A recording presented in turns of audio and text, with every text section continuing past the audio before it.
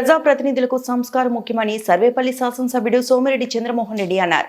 మేం కాకాని దోపిడీలు పాపాలను మాత్రమే బయటపెట్టాం.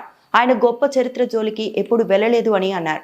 టీడీపీ యువనేత యనమల రాజేంద్ర ఆధ్వర్యంలో టీడీపీలో చేరిన ఉప్పు అశోక్, ఉప్పు పద్మయ్య, తురక బాలరాజు, ఉప్పు దయాకర్, ఉప్పు సాయిబాబా, అంకయ్య, ప్రసాద్ తదితరులకు ఆత్మీయ ఆహ్వానం పలికిన సర్వేపల్లి శాసనసభ్యులు సోమిరెడ్డి చంద్రమోహన్ రెడ్డి అనంతరం ఆయన మాట్లాడుతూ గోవర్ధన్ రెడ్డి భాషను ఆయన కుటుంబ సభ్యులు అంగీకరిస్తారా అని ప్రశ్నించారు.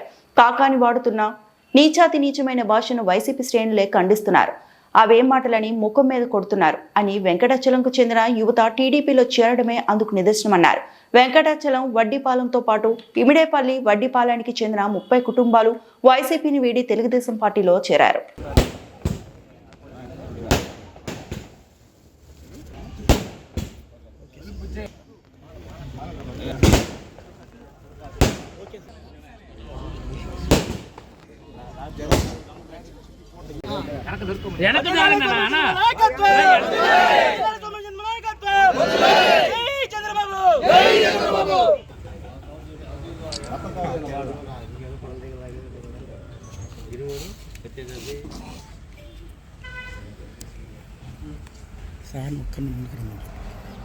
రెండు సార్లు ఎమ్మెల్యేగా చేసి ఒకసారి జిల్లా పరిషత్ చైర్మన్గా ఉండి మాజీ మంత్రి అయిన కాకాని గోవర్ధన్ రెడ్డి గారి భాష తీరు నచ్చక, ఆ పార్టీలో ఉండే ఒక వంచకుడి పనితీరు నచ్చక, ఆ వంచకుడికి బలై మాకు గుర్తింపు లేక ఈరోజు మేమందరం పార్టీలో స్వచ్ఛందంగా చేరడం జరిగింది.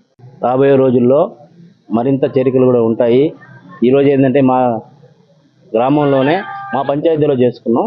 ఇంక మీదట మా వర్క్ అంతా ఏంటంటే మండల వైజ్గా నియోజకవర్గం స్థాయిలో మా వాళ్ళందరినీ పెట్టుకొని మా కమ్యూనిటీ తరఫున మా బంధువులందరినీ కూడా తెలుగుదేశం పార్టీలో చేర్పించేదానికి బాగా కృషి చేసి బాగా కష్టపడతాం.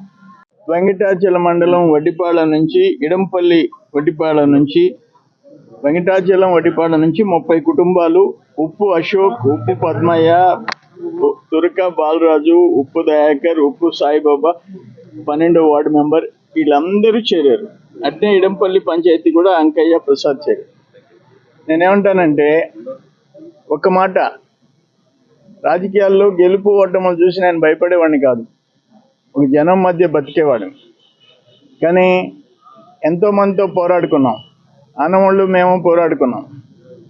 నేదురుమల్లి, నల్లపరెడ్డి, కోట వాకాడు పోరాడుకున్నారు. ఆదాల్ ప్రభాకర్ రెడ్లు, సివి శేషారెడ్లు వాళ్ళు అపోనెంట్స్గా ఫైట్ చేసుకున్నాం. కానీ ఎవరైనా తల్లిదండ్రుల్ని మా జన్మల గురించి, మా నాయకుడు జన్మల గురించి దుర్మార్గంగా నీచంగా మాట్లాడిన పొలిటీషియన్ నెల్లూరు జిల్లాలో ఉండారా?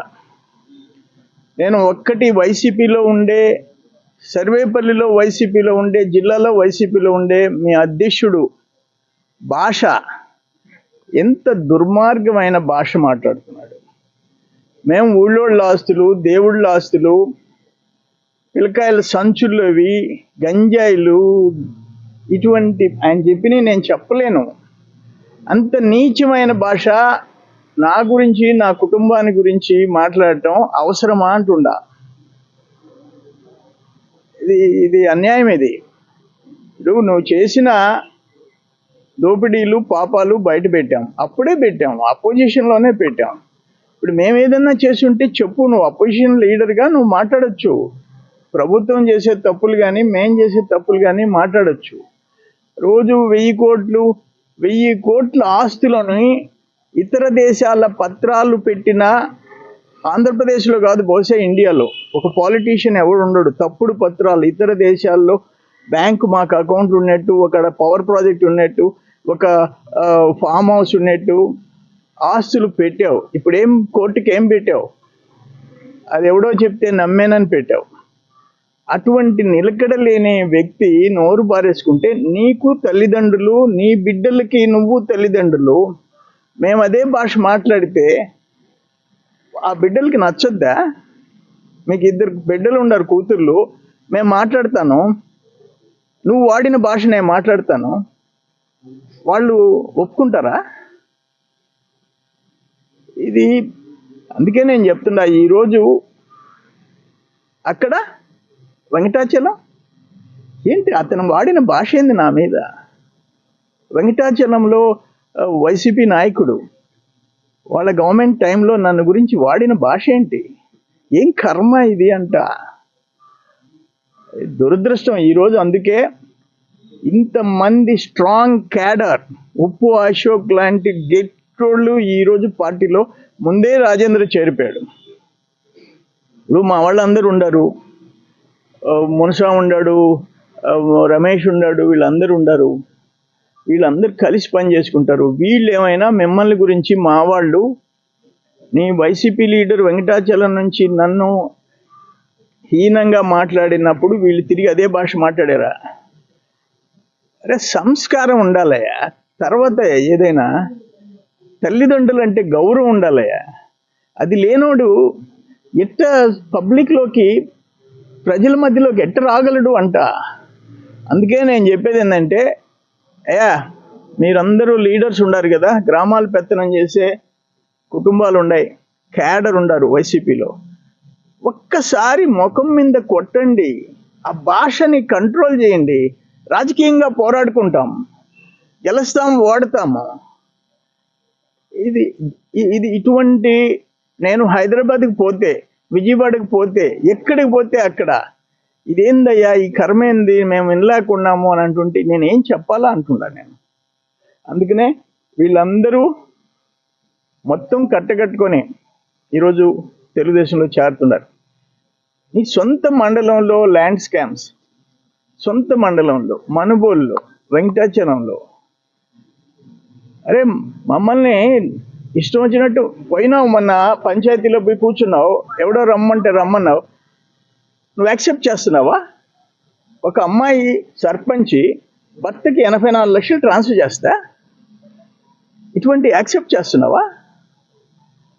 మాకైతే అర్థం కావటంలా. దురదృష్టకరం. మేమైతే ఎక్కడన్నా ఎవరైనా తెలియక పొరపాటు చేయాల్సిందే, తెలిసి తప్పు చేస్తే నేను ఒప్పుకోను.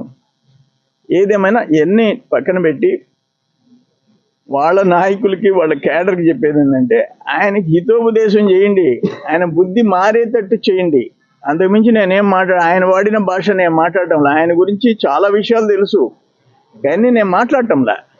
అవసరంలే, సొసైటీకి అవసరంలే. నువ్వు స్కూల్లో, నువ్వు కర్ణాటక కాలేజీలో, నువ్వు హైదరాబాద్లో నువ్వు ఏమేం చేసావో అనవసరం. ఇక్కడ సర్వేపల్లి, నెల్లూరు జిల్లా, ఆంధ్ర రాష్ట్రం గురించి మాట్లాడుకుంటాం, ప్రజల భవిష్యత్తు గురించి మాట్లాడుకుంటాం, ప్రజా సమస్యల పరిష్కారం గురించి మాట్లాడతాం. వీళ్ళందరూ ఈరోజు పార్టీలో చేరటం, మోహనయ్య ఉన్నాడు, ఎక్స్ సర్పంచ్ ఉన్నాడు, వాళ్ళందరికీ చేసిన సిమెంట్ రోడ్లు 7.5 సంవత్సరం అయిపోయింది, ఇప్పటికి రూపాయి రాలేదు పాప మా మోహనయ్యకి, ఆ సతీష్కి. చేసిన పనులు బిల్లులు ఆపటం ఏంటి అంట, చేయకుండా బిల్లులు తీసుకునేది ఏంటి అంట.